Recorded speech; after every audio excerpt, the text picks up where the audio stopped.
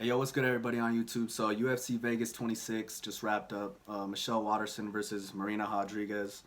It was supposed to be Corey Sandhagen versus TJ Dillashaw, but that fight had to be rescheduled because TJ Dillashaw got a cut on his eye. So, yeah, they rescheduled that fight for a later date. And, yeah, man, I'm going to just give my thoughts on this card right now. The first fight I wanted to talk about was John Young Park against Tafon Nchukwi.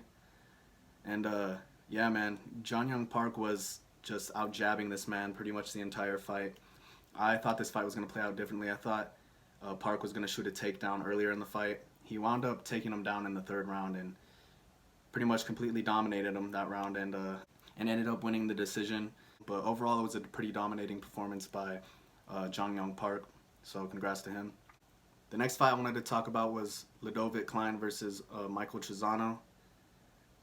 And yeah, man, I actually scored this fight in favor of Klein. I thought Klein was outstriking him the first two rounds. And he was, Klein was just lightning quick, and he was touching this man with jabs and 1-2s and everything, man. But then Chizano came out in the third round and landed some heavy shots and almost put Klein down at one point. And yeah, man, I thought overall Klein should have won this fight. The second round was a little bit closer though, but I scored it for Klein. But the judges didn't see it that way. They gave it to the man with the mullet, Michael Chizano. So yeah, man, it is what it is. UFC judges are on some crazy stuff these days.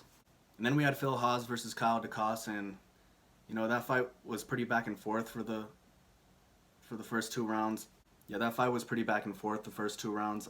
I think I had them each winning a round. I can't remember for 100% certainty, but I think I had them both each winning a round.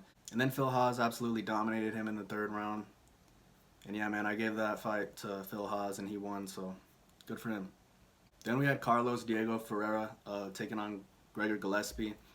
And, you know, the first round was pretty crazy.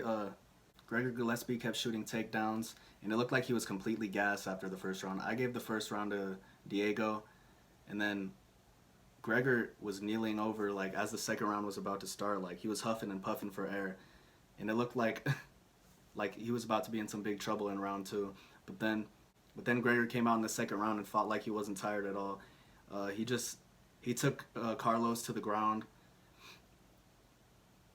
got top control, and like absolutely dominated him. He was throwing down elbows, and he was throwing down big shots and big elbows, and then ultimately it looked like Diego was gassed, and eventually Diego was just sitting there with his hands up, and the ref had to stop it because Gregor was just raining down big shot after big shot.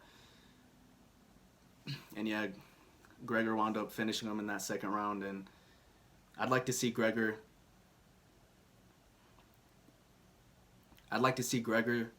either rematch Kevin Lee or take on Dan Hooker, maybe even Islam Makhachev, man. I think those three potential fights could be crazy. He just came back after like a year off, so yeah, man, let's give him one of those fights and see how he does. The next fight I'm going to talk about was Neil Magny versus Jeff Neal. You know, Neal versus Neal. I scored the first round for Jeff Neal. I thought he landed the more impactful shots. And then the second round, there was a lot of clinching in this fight, you know. They would flip clinch positions a lot in those first two rounds, but I gave the second round to Neil Magny because of his pace.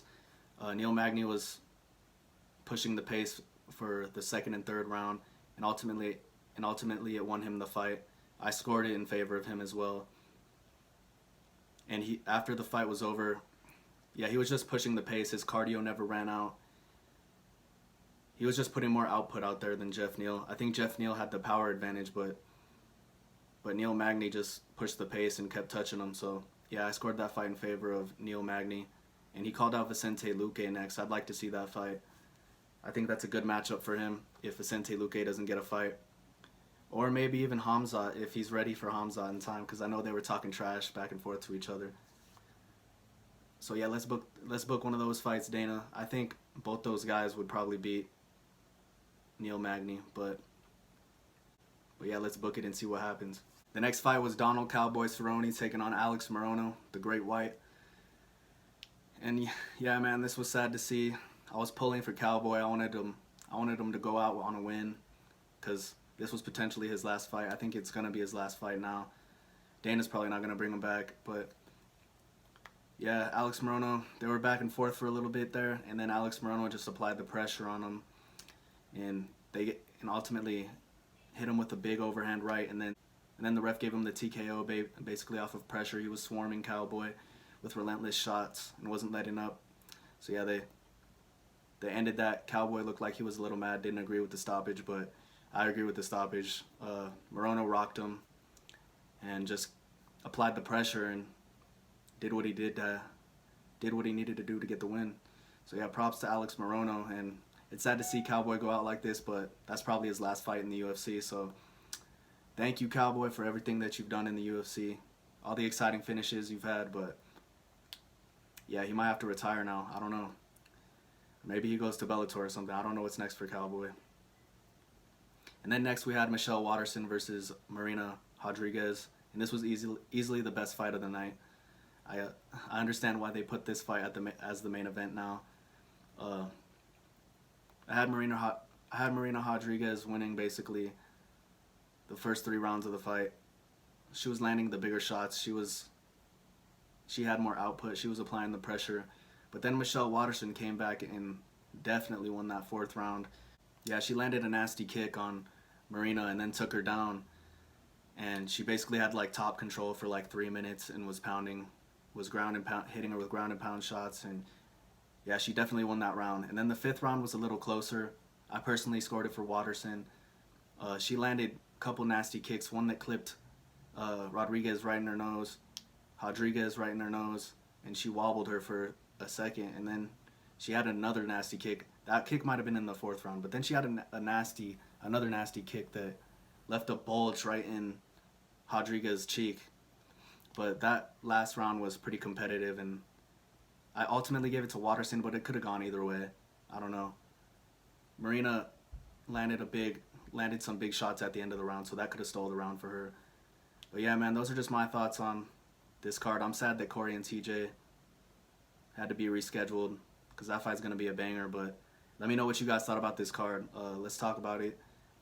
Like, comment, and subscribe, man, and yeah, let me know what you guys think.